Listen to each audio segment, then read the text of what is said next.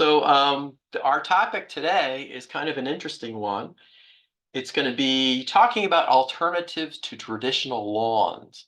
And I'm going to start to share my screen because I have a PowerPoint and it's a pretty good sized PowerPoint. So hopefully you can see that. If you have any questions as we go along, please type them in the chat box. We'll try to get to those at the end. And we'd be happy to take your questions. Let's see, can I make this go into show mode? There we go. Okay, so hopefully everybody can see that and hear that. And I'm just going to chatter away here for a while. And hopefully this will benefit some of you out there that have questions about lawns. Maybe what do I do with my lawn? I have a big lawn. I want to have less lawn.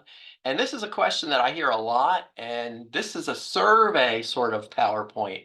I'm not going to be able to give you all the answers to these different methods or options. But today, this is just sort of an awareness raising PowerPoint. That's how we'll look at it, I guess.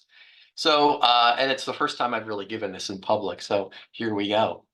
So why do we have so many lawns? Well, a little history very quickly. I believe it really is a 20th century thing. Americans start to move to the suburbs and big auto companies start to come along. Henry Ford invents his wonderful Model T, as well as many other car manufacturers. People can move out of the city. Government builds roads. Roads are being paved. There's more bridges. There's more infrastructure. Strip malls, office parks are invented, and the dream of getting away from your neighbors and the ills of the city happens. And really, we're all a product of that time period. Suburbia is car culture, and suburbia is asphalt and lawns. And really, we say, why do we have so many lawns? I really believe it's part of this car culture. It's part of suburban mass exodus of the city by individuals, by companies, by businesses. And that's why when we move out into these bigger spaces, we have to fill them up, and lawns became part of that. America is covered in 52 million acres of asphalt. So, well, it's kind of a sobering fact. So that's one of the reasons. Another reason people will tell us is that humans like an environment with some trees, but an open landscape, a grassy landscape. And there's been a lot of sort of sociological research into that. So maybe that's why we have so many lawns. Wealthy people like lawns. And in some ways, maybe those of us who aren't wealthy want to emulate the wealthy and have a lawn. This is my backyard in Castleton. Just kidding. But that perfect green square is part of status. It's part of saying you've arrived. It's part of that culture. Just sometimes lawns are really nice. This was up at Coastal Maine Botanical Garden. We went up to see that in September last year, and we were wandering around, and I came upon this beautiful garden surrounded by this lawn, and it was just a lovely spot. So I think that's kind of a lovely setting there. People complain about mowing lawns, but sometimes it's easier than other types of yard work. And on my left, at least, we have a gentleman mowing his lawn. He's kind of happy. He's out enjoying the sunshine. And on the other side, we have somebody that's maybe not able to do that, maybe doesn't have a lawnmower, has let things go a little bit. And I think part of lawn mowing is just keeping back the growth, keeping back the green jungle that we might experience. We have a lot of lawns, not because maybe we like lawns in a place like this parking lot, but just because the vegetation grows so quickly.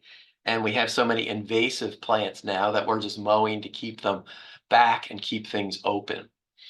I'm not going to talk about all these different facts on this slide here, but we have a lot of lawns in the United States. They take up a lot of energy to maintain. They take up a lot of water if you're irrigating, which we don't do too much in this part of the world, but they take up a lot of resources, and people are saying maybe we need to rethink having so many lawns. They do provide some benefits, but can we do something else? And I think really, to my knowledge, this is why we have so many lawns, because people want that single family house. That's a very big status symbol in the United States. Other countries, Europe, that's not the case. They live in a more compact community. Americans have been told or sold that they want to spread out and have their private spaces, and most of the time that becomes a lawn. But there is a new awareness, and I think it has to do with some of our concern about the environment.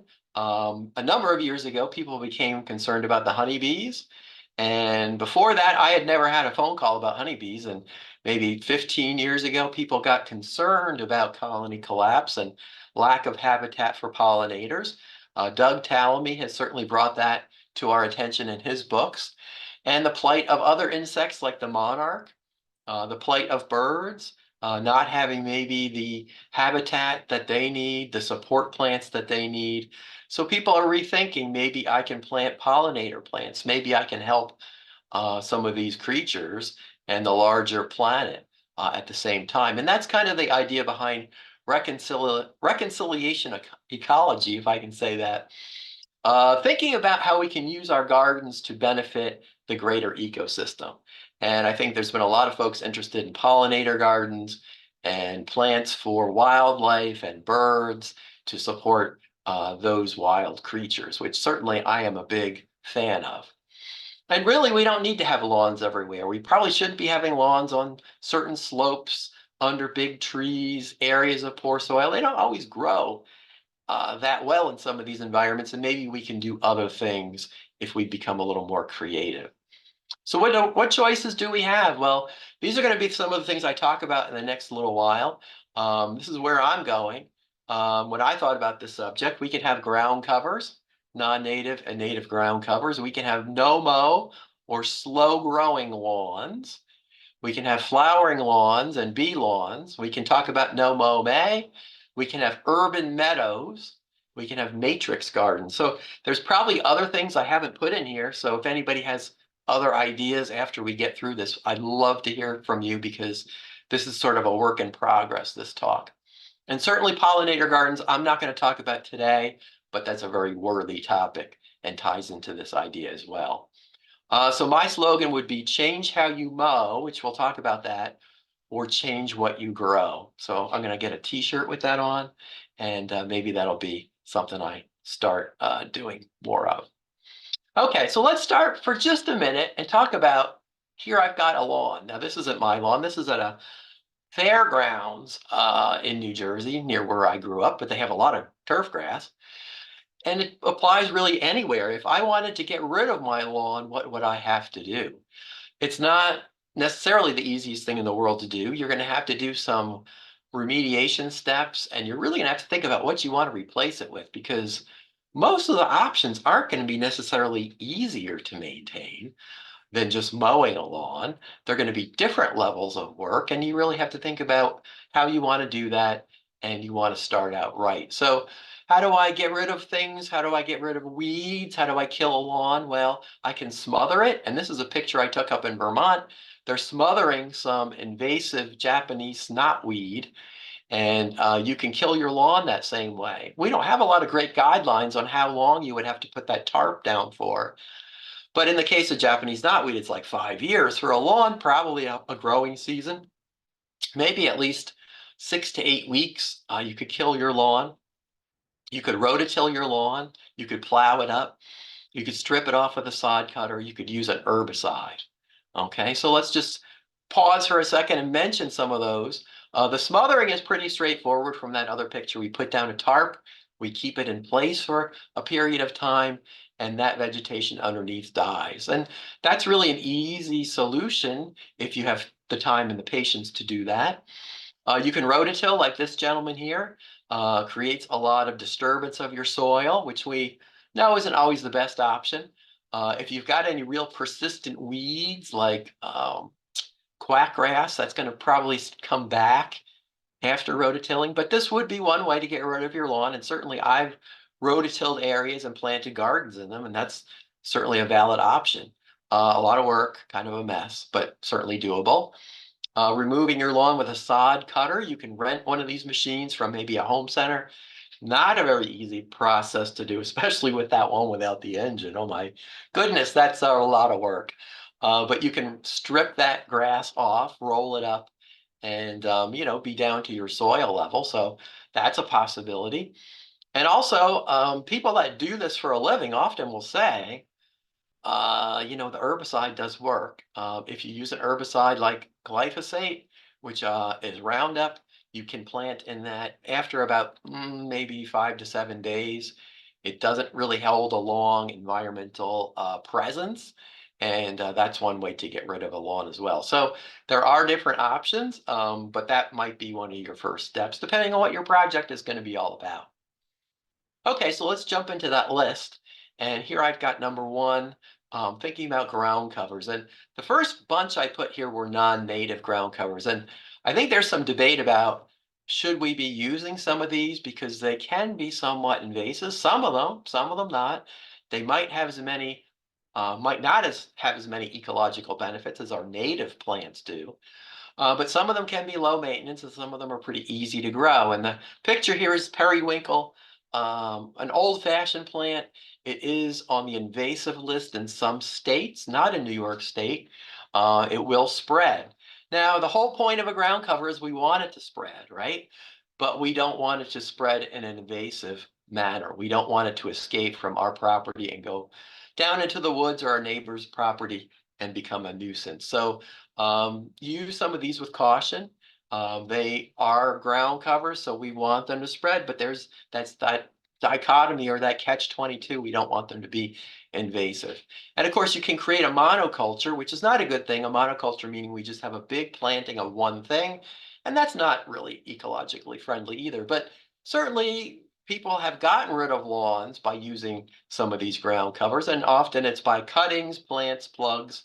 Takes a while. You got to clear the site, plant these guys, keep it weeded, let them grow in over a period of time, and then you're good to go. And here's a picture I've stole of a big planting of Pachysandra. That's a monoculture, but certainly when that's established, it's not that much work, really. You might have to rake that out, maybe pull the occasional weed. I like the other picture better, with many different ground covers working together. It creates a beautiful garden. So these ground covers can really be very attractive, especially when we use patches of them. Let them fight it out on their own terms, and establish kind of their own ecosystem. The good old Pachysandra, downstate, Long Island, they use this a lot. Very traditional in my mind because of that. It does work for us here in this area too. Has a couple different disease problems, but it's pretty tough if you get it in the right spot. Lily of the Valley, that's one that I think is a little kind of invasive on a small scale. And I would only plant this where I could contain it. So this is the side of my house where I have kind of this problematic crummy area between the gravel driveway and the house. And there's some lily of the valley there. Again, I weed it a couple times a year and it's pretty low maintenance.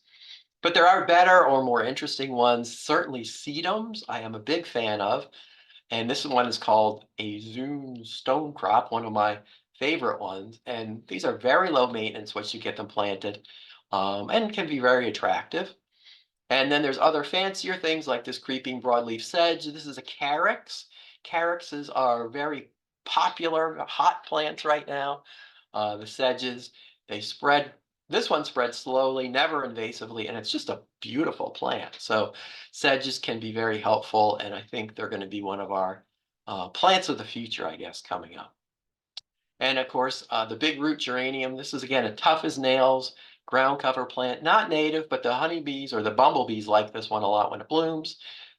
Really don't have to do anything to this thing when you plant it. Spreads slowly as a patch and is very useful. Okay, and again, a coastal Maine, just a kind of a fun picture. Look at all these ground covers. How cool is that? Now, yeah, this is by far more interesting than a boring lawn, right? It's going to be kind of more work probably, but you don't have to have a mower. So if you've got a small area, a small yard, small lawn, this would be much more fun than having a lawn to mow. Okay, and then we should give a real shout out to the native ground covers. All right, these are plants that are native to this part of the world, or maybe close by that we might use from the Northeast or maybe the Mid-Atlantic states. And certainly a lot of times you can work with what you have. And this is a picture from a historic home called Manitoga in Garrison, New York. This is a moss lawn. I mean, how gorgeous is that? I don't know how much cleanup they have to do in the fall there, but I'm sure there's some cleanup and there's some weeding of that to make it look as beautiful as that. But if you've got a solid stand of moss, wow, I mean, that is just beautiful. Why try to grow a lawn there when you could have that? There are a lot of great low-growing native plants that we can call ground covers. One that I have a lot of in my garden is Canadian wild ginger. This one I planted a couple patches years ago. It self-seeds itself around, but it's never obnoxious. And if this got into my woods, I would be actually happy because it's a native. Ostrich fern, this one will spread.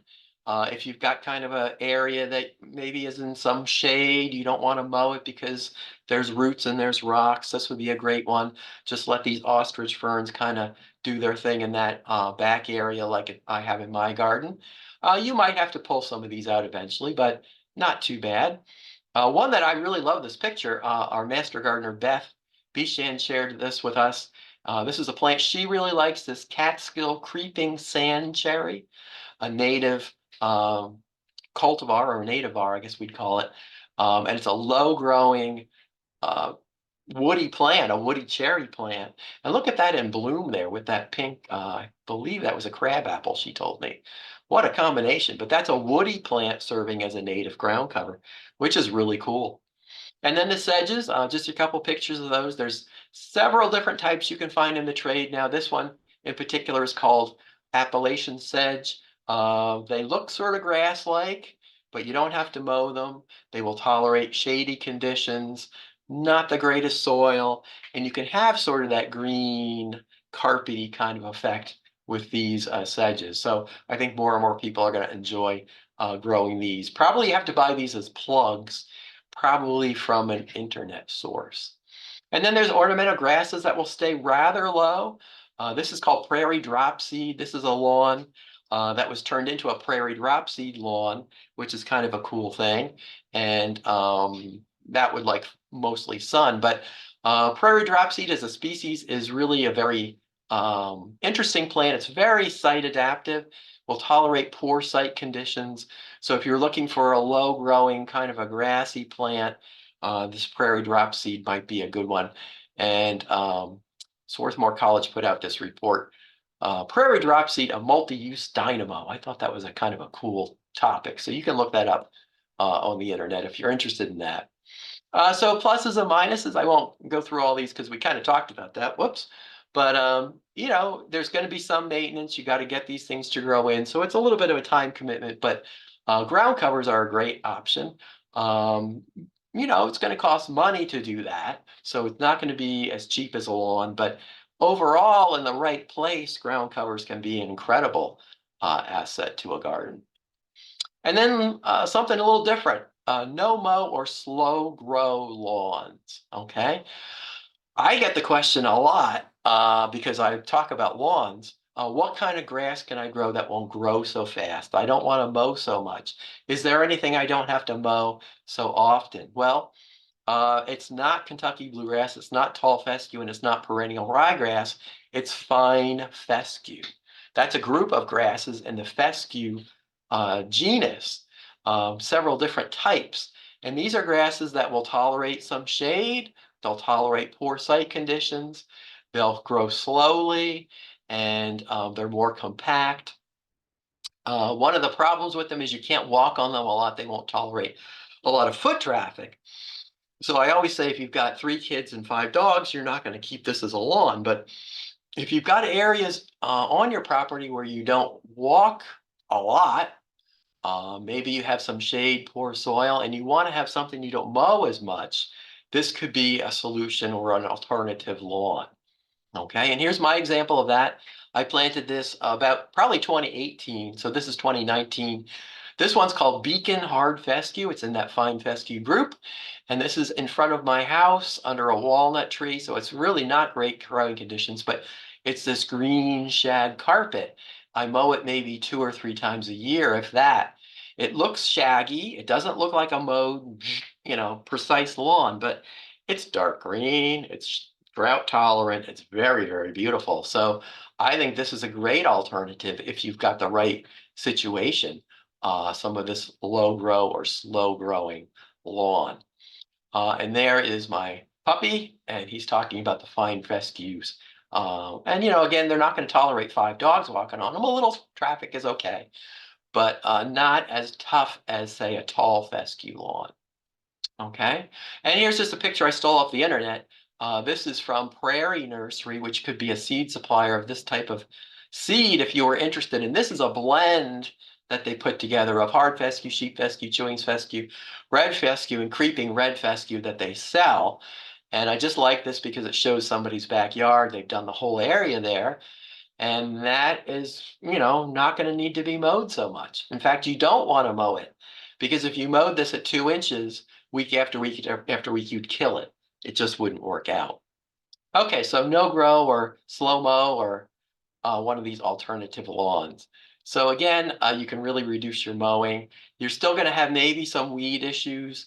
It's not particularly biodiverse. It's not pollinator friendly, so we're not gaining there. But otherwise, you're really reducing your mowing and your emissions from your lawnmower. How about embracing the idea of a flowering lawn? Okay. What is it? Well, this is what I call it. We will tolerate or even encourage clover, thyme, other flowering broadleaf weeds. Sometimes we consider, well, plants, sometimes we consider these weeds. You could encourage these by not killing them with herbicides and not mowing really low, and you could actually plant them. So this is changing your mindset. Okay. Wow. Talk about change. Here's a change, right? For some parts of our country, right? That really like that pristine, weed-free lawn. One of our big stars, of course, is clover. We call it Dutch white clover. We call it white Dutch clover. It's not native, but it's been here a long time. It just shows up in lawns. It's a legume. It does fix some nitrogen in the soil. So it has those benefits. It's drought tolerant. The bees like it a lot, so it's a good pollinator plant, or it's a good honeybee plant, I should say, for the honeybees. And it's kind of easy. You can seed this probably. I like to see it sown probably in November. Even now, if you had bare spots and you wanted to get clover to start, I would go out and, as soon as you can, throw some clover seed down and try to get that to take before the real growing season of the turf grass starts. So clover used to be included in lawns, but by the 1950s, chemical companies were promoting chemicals like 2,4-D, which kill clover and kill other broadleaf weeds. And that's when this dream or this idea of the weed-free American lawn came about. But back before that, clover was a welcome thing in lawns for the most part. Unless you're running a daycare center or have people that are allergic to bees. And we're seeing it used in conservation areas. Here's our electric trail. They planted a big hillside of clover, and that was seeded, I believe, in November one year, and it came in really beautifully. A bit of a monoculture for my taste, but it certainly is impressive. And some people will ask us about micro clover. Now, I don't have a lot of experience or have seen this a lot. I've had people tell me they like it. It's a little bit different clover in that it's smaller and more compact, but it's basically the same species. So you can try that as well. I'm happy enough with the standard white Dutch clover. And some people at some of our universities, Maryland, have worked on trying to combine with new lawns this idea of clover and tall fescue being a very tough grass, and seeing if it's a good companion with clover. And there's kind of mixed results on that. Then there's thyme, and I always get kind of a little excited in the summertime when we see the thyme lawn start to bloom. Here's a big lawn along a road in Columbia County that's full of these purple flowers, and that's all this thyme that's flowering. And I believe this is Thymus serpyllum.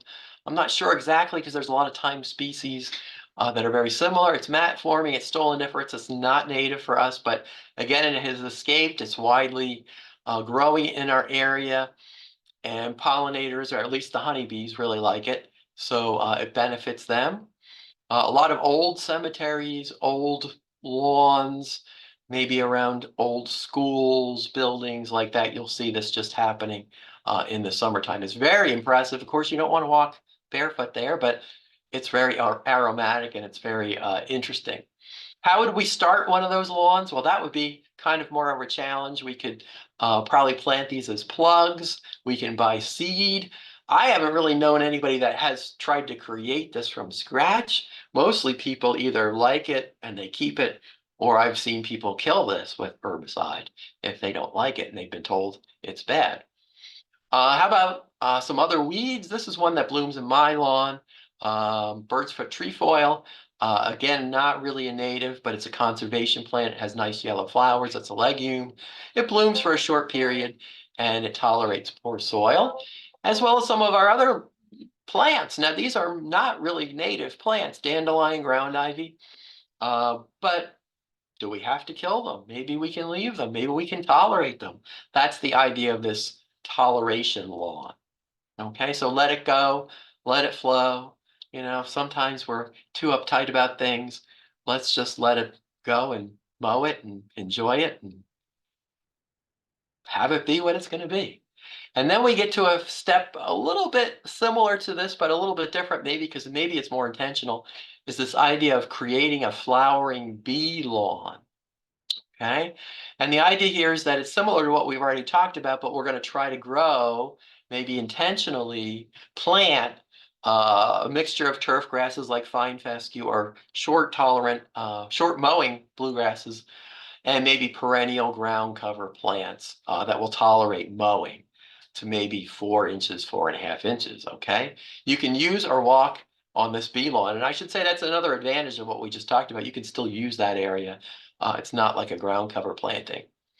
So here there's various signs you can get. You can look on the internet. People are talking about this. Researchers in Massachusetts found 93 species of bees visiting lawn flowers with the greatest diversity and abundance on lawns mowed every 2 or 3 weeks. So again, if you're doing this, you're probably not going to be mowing every week. You're not going to be having that pristine monoculture, beautiful carpet. You're going to be having, let's call it a tapestry. Okay, and maybe you're mowing a little bit less. So we want low growing plants. We want plants that flower at low heights. We want them to be tolerant of foot traffic, and we want them to provide benefits for pollinators and have some competitiveness with the grasses. And mostly these are going to be perennials. My colleague, Joellen Lampman, who works for the New York State IPM program and is headquartered over in Albany County, did a talk on this subject, lawn alternatives, back on Jan 2023. And she's got this posted up on her, I should say, website. If you want to watch this, I think it's on YouTube.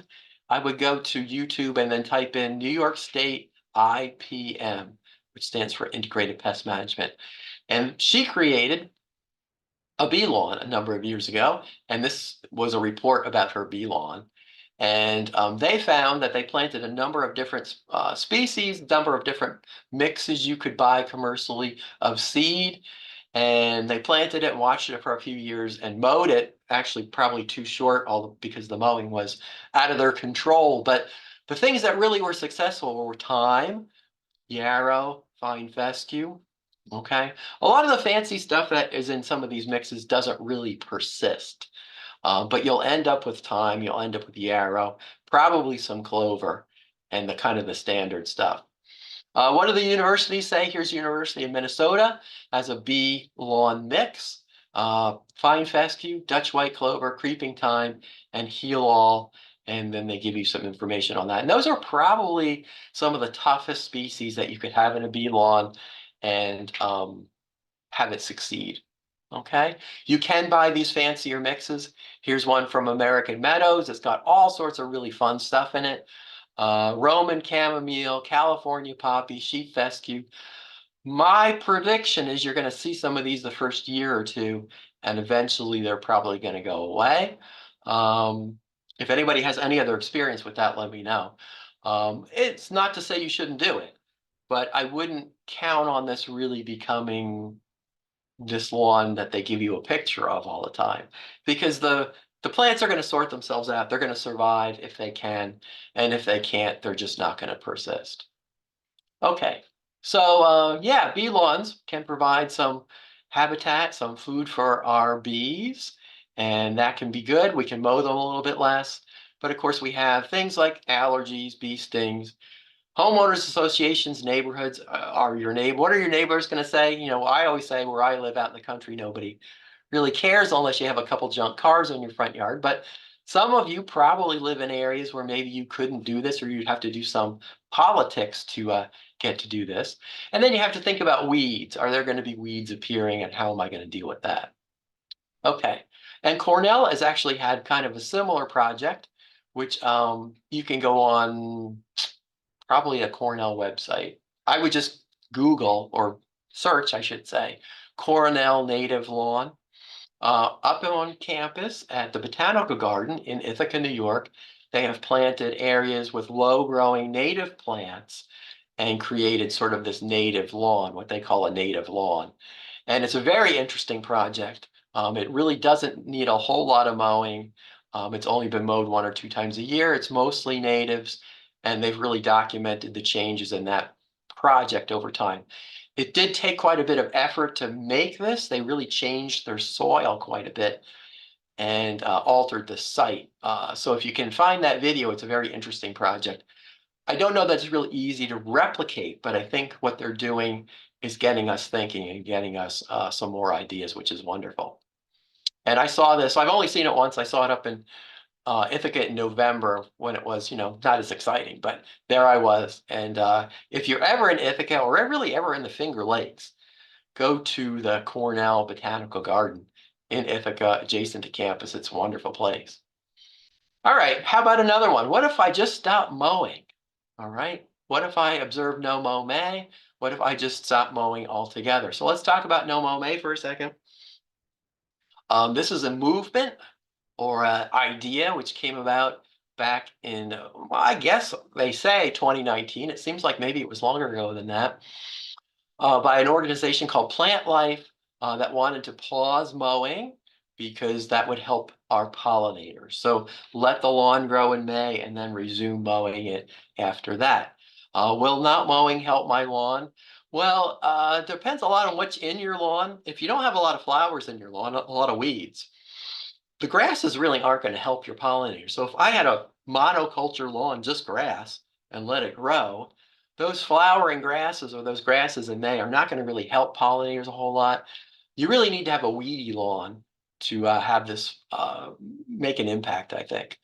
But I think it's an interesting exercise, and I think it's really great to get people thinking about pollinators and thinking about what they can do.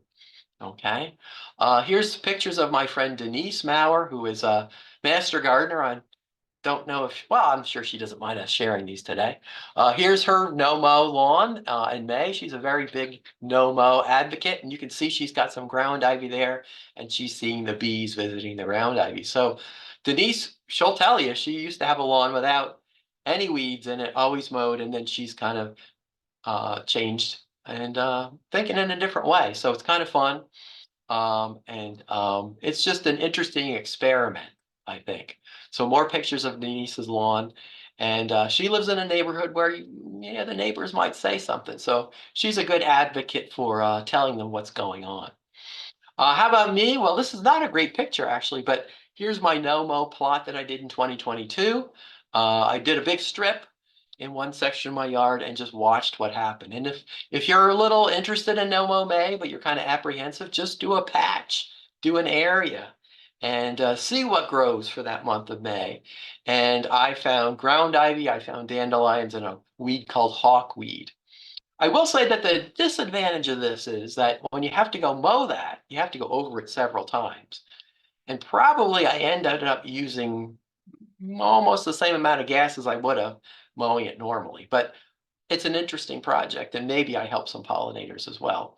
And with any of these things, you have to think about, how am I going to mow that in June? Do I have the ability to do that?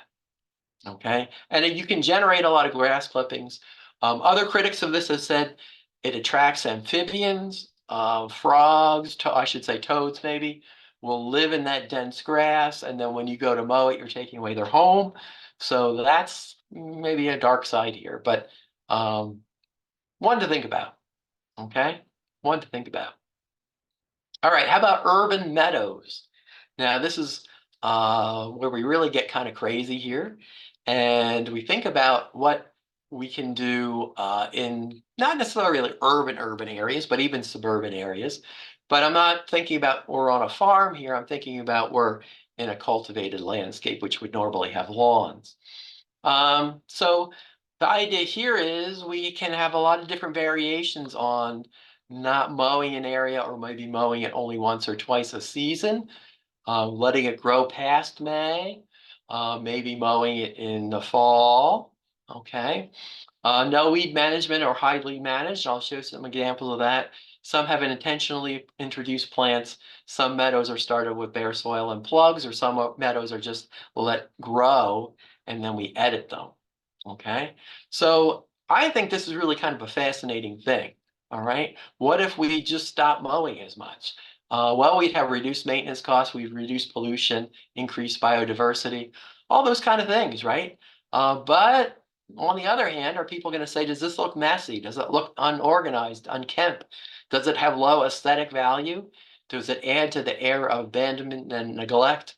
Does it decrease our property value? And wow, that's a big one for Americans, I think, is property value, right?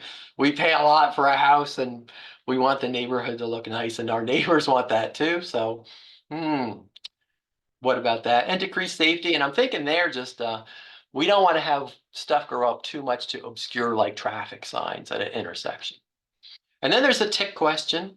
Yeah, maybe we might see ticks in these areas. So we have to think about what's our tolerance for that? What's our safety for that?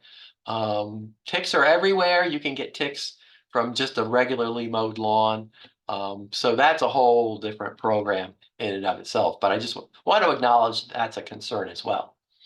So is it a meadow or is it a patch of weed? So here we are back at the rail trail in the village of North Chatham. And this is an area next to the parking lot. And on my left, this is what it looked like. Maybe it's a meadow or maybe it's just weeds and then they mow it down. What's going on here? And I think this is kind of what people get a little concerned about. We don't want it to look like just a bunch of weeds, maybe. So we have to use some things or some tactics to maybe not have it look like just a bunch of weeds, because I appreciate weeds. I think it's fascinating to just see what's growing, but not everybody does. Okay, so how can we have these areas without them looking too wild? And this has been a big question. Some of these meadows have made it into corporate America. New York Times likes to put stories about how big corporate companies, big headquarters that mow a lot of turf, they're going into some of these meadows and what their reactions are.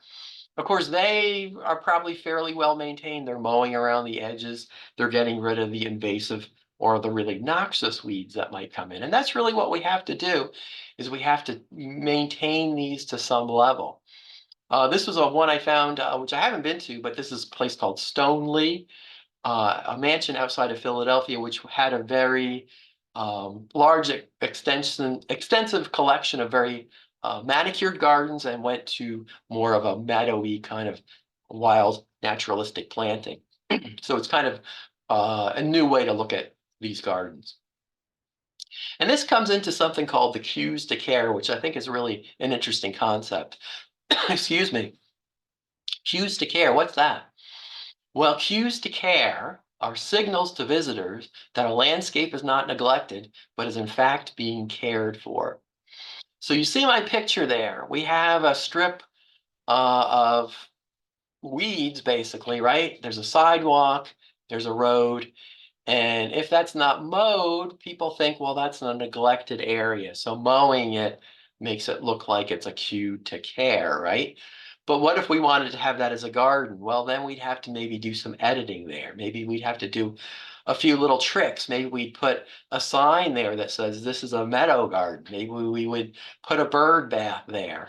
And those would be signals to people that we are caring for this, and it's just a wild sort of looking area. It's not a totally neglected area. So I think this idea of cues to care is really interesting. If we go into some neighborhoods, there's not really too many cues to care here, right? We have a lot of graffiti, a lot of abandonment, but if people start to take care of their environment, then it signals something different in our mind, and we say, yes, somebody is caring for this area. So things like paths, pruned plants, fences, mowed grass. Those are traditional cues to care. Okay. So think about those. You can put a piece of art there. You can put a chair there. You can maybe put a pot with some flowers there and still have this sort of wild thing going on, but give some of these cues to tell people, yes, we are maintaining this. Okay. So let's look at some examples of these meadows. One that I have been watching for a number of years is at Mills Park in Kinderhook, New York, a village in Columbia County. Rail trail goes right through it, so I see it all the time. And they've let some areas grow in this park. It used to be a mowed park, very mowed turf, and now they've got big areas where these patches aren't mowed all season. A number of different flowers are allowed to come in. Some of these have been planted, some of these have not. And it's a very different kind of park. Okay, there's paths that are mowed, so that's a cue to care. There's benches, there's tables, there's waste baskets, things like that that are showing that yes, we are taking care of this park, but we are letting it be a little more naturalistic. And mostly it's grasses, but there are flowering plants of different varieties that have come in here. Certainly clovers, yarrows, some rudbeckia, and it's kind of an interesting place. So that to me is a really interesting example of what if I just stop mowing? What happens? Okay. We can have problems, though, of course. And if you look at that picture of that park, we have this nice path and a mowed strip, which is our cue to care. But then we have that plant there, right? And that's mugwort. And if we don't take care of mugwort, what's mugwort going to do? It's going to spread. So we will have a lot of mugwort. And I've seen acres of mugwort. We don't want to have acres of mugwort. So we have to get in there and edit that out. So always be aware of bad actors if you're going to be doing less mowing. Mugwort, Artemisia vulgaris, tremendous root system, grows to like 6 feet tall, spreads like wildfire. You do not want to have that. Another one, of course, that's really bad here is again at the Empire Trail. You don't want to have bittersweet, right? We got to pull that bittersweet out or we will have a big mess. So always editing, right? We're always going to be editing. There's going to be need for that. We don't just walk away from these kind of situations. And that's maybe what gives people some apprehension about this, right? They don't want to have a big mess. So then we have to learn what we need to do. We have to learn what weeds we need to edit out, and we have to keep on top of it. And I'm a big fan of seeing interesting things appear when you stop mowing. You might get Joe Pye weeds, you might get wild bergamot. These wild plants do come back, and sometimes you get wonderful surprises instead of bad weeds. Another cool place down Storm King Art Center, New Windsor, New York, Orange County. It's a 500-acre outdoor art museum. Mowed, used to be mowed a lot, all these big rolling hills, big meadows, and they don't mow at all. They leave big patches of unmowed meadow areas. Go down and take a look at the art. It's fabulous, but the landscape is really cool too, how they manage this. They make, curves. They make big, yeah, a lot of turf grass is mowed, but it's by far not all mowed. And it's really interesting. It creates pathways for people. It creates interesting vistas. These pictures were taken right after kind of the goldenrod was done for the year, but before the fall color came on. And it's really kind of cool. Okay, so not mowing, probably editing though, and certainly there's not zero landscape maintenance there. It's just a different kind of maintenance. At Cornell, they've gone to not mowing so much, and they call it tall grass, small gas. They started with the slopes. Now they mow on those 35 acres or 35 selected acres only once per year, and they're saving $50,000. So good thing, right? Put up a sign. This is an intentional meadow. This is what we're doing. Then we go to the Clark Art Institute, which I visited last, probably June, I guess, and very mowed, very manicured area up near the buildings. But then they do have no mowed areas or less mowing areas. And you see the Queen Anne's lace coming in. You see the milkweed, which is fabulous, right, for the pollinators, for our, or I should say for our monarchs. You can see that coming in. So they're mowing selectively. They're not mowing it all like they used to mow. But what's missing in that picture? I think this is interesting. There's no broadleaf plants. There's no goldenrod. There's no other broadleaf species. So there's doing a lot of editing here. And I don't know exactly how that's done, but it's an interesting landscape. And you could do this on your own scale. This is my backyard. I have an area that was mowed for many years, under trees, lots of roots, bare soil, crummy grass. And then one year I just decided I'm not mowing it anymore. I mow this path through it. And then ferns came in, a lot of interesting wildflowers came in. Yeah, I do get a few weeds in there. I do pull out garlic mustard, but I just do my editing, and now I have sort of this quasi shade garden that I really didn't use this area when it was turf grass, and now it's supporting maybe a little bit more biodiversity. Okay. And one of my editing techniques is if I see too many woody plants in there, I don't want this to grow up into trees. I go at this time of the year and I just clip those out, and takes maybe an hour of editing. And I can keep some of the woody plants out, keep it more just herbaceous plants. And it's a cool little environment. I do the same thing on this picture on my right when I'm looking at it, with that gray tutor there. That's just a garden that is let go. I don't weed that. I don't mulch that. I don't water that. It's an area that does its own thing. And if you've got plants that you can do that with, epimedium, asters, some ferns, hostas, you can have a garden that you don't really do a whole lot with instead of a lawn. Okay. So think about how you're going to mow it though, if you're going to need to do that once a year. Okay, now we're getting to the one of the little projects that we've done. And back in 2021, our Master Gardener class wanted to create a meadow. So we took a little patch from our demonstration garden, which is at the Robert C. Parker School in North Greenbush. And this was an area that was covered with mostly invasive things. That's multiflora rose. They're ripping out and mowing down. And the idea here was we're going to try to make a little patch of meadow starting from seed. And what's going to happen when we do this, okay? So we wanted to start with more of a clean slate than we had. So we had to get rid of some of these invasives and this tough stuff that was there. So we mowed it down. We didn't use any soil amendments. We have fairly heavy clay soil, okay drainage, full sun, really no water irrigation at all. Just it's going to rain, it's going to rain. We put a tarp down and we waited for quite a while. Whoops, the tarp was there in June. And then we lifted it in October. And this is what we found. We found a lot of fairly dead material underneath there. Now, there was debate about, do we rake that up or do we just leave it? And I was a proponent of leaving it as much as possible, because anytime you rake the soil, you stir up the weed seed population. But some people wanted to rake it, so there was some raking going on. And it's fun when you're doing it in a group. I think if I was doing this by myself, it might be too much work, but they're collecting some of the worst or the heaviest material and not really making it pure, barren soil. You can leave some of that dead material there, certainly.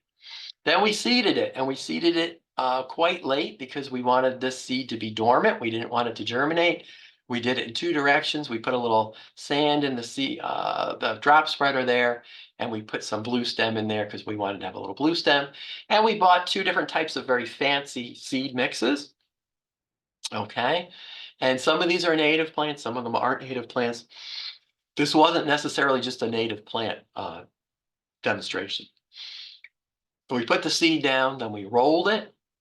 Okay, then we put a light straw covering on it, and then we went away for the winter. Okay, and then you think, what's going to happen?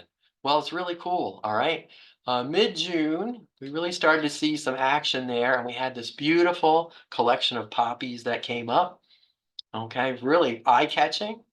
And then as the year went on, another few weeks later, the poppies were still there, but we had some bachelor buttons and some other uh, plants from that fancy seed mix coming in. By mid-June, it slowed down a little bit more, but other species kind of took over. And then by mid-August, it really had matured. And some of these are weeds, we think, and some of them are perennials. And you really don't get the perennials to bloom in the first year, but you're seeing mostly those annuals. So 2024 coming up in just a couple months, we're going to see really what's happened. Do we have a lot of weeds in there? Do we have perennials that were intentionally planted in there? It's a great experiment, right? A lot of fun to do. Even if you end up with maybe not what you wanted down the road, it's a really cool biological project, if nothing else, right? And one of the books we like that talks about this in some detail is this Garden Revolution, which I think you can find at the library in the Upper Hudson Library System. And one of the best resources is the Ernst Seed Company. They have a lot of information on doing these meadow types of projects. And then to finish up, one last idea here. And this is really not, this is more perennial garden than it is just replacing your lawn, but I'm very interested in this subject, so I threw it in here. And certainly if you really want to go into a very intentional sort of garden, replacing your lawn, this may be something to think about. And this is what we call a new wave or a matrix garden or the new American garden. And this has been around probably since maybe the 70s or 80s, okay? It seeks to create a more natural looking garden that is in closer association with nature. Mostly ideas coming from Europe, especially Germany, uses native plants and nativars, but not exclusively. So you don't have to use just all natives, but there is an emphasis on native plants usually. It's very tightly planted, okay? So we're not gonna have a lot of weeding to do. We're probably not gonna do a lot of watering. It's gonna be a garden that once it's planted, hopefully it's gonna be somewhat self-sustaining, although we're always editing, but it's gonna be not a highly manicured perennial border, I'll say. Usually no mulch, okay? And we're gonna really pay attention to our site, soil, and what our conditions are. And those really dictate the plants that you get to use, okay? The idea here is that we have these different layers, all right? Down the bottom there, we have a 50% ground cover layer. That's called the matrix. It's a low growing system of plants, maybe 3, 4 species, 5 species, depending on what you want to do. That's going to keep out the weeds. That's going to keep the soil moisture in the soil. Then we have maybe a seasonal theme layer, a little bit fewer diversity of plants, but you can have maybe plants that are 1 to 4 foot tall. And then that structural layer, that top 10%, is going to be maybe a couple accent plants, a couple bigger plants, the Joe Pye weed, maybe the small tree if you got a big enough space. So it's planting in these layers and building up this kind of more complex ecology rather than just plopping out some perennial plants like we're used to. Our friend Robert Anderson, he's down in Columbia County. He has a fantastic matrix garden that he's been working on. And he really had these goals: no staking, no deadheading, no mulching, minimal weeding, cleaning it up only once a year. And he's really been successful, I think, in designing something like that. So this is his garden. We went to see it a couple falls ago. This was probably September again. And it's huge, it's big, it's bold, it's got a lot of insect activity. It can support birds. It really is doing some of those ecological services there. And it's fantastic. I mean, if you like big, bold gardens, this is kind of a really cool way to go. And we're kind of all in awe of it there. Lots of grasses and lots of interesting stuff happening. So just cool stuff. Pluses and minuses, it could be very attractive, it could be very biodiverse, could be low maintenance, but you really kind of need to study this because this is not something most of us are naturally attuned into in terms of how we learned how to garden. So this idea of this new wave, the matrix garden, read up on it. It's an interesting idea. You're probably going to need a lot of plants because it's kind of intense to plant all that in those layers initially. And it could be a great project. So I'm going to stop there, and boy, I'm almost on time, which is fantastic. So I'll stop my sharing, and we can take a look at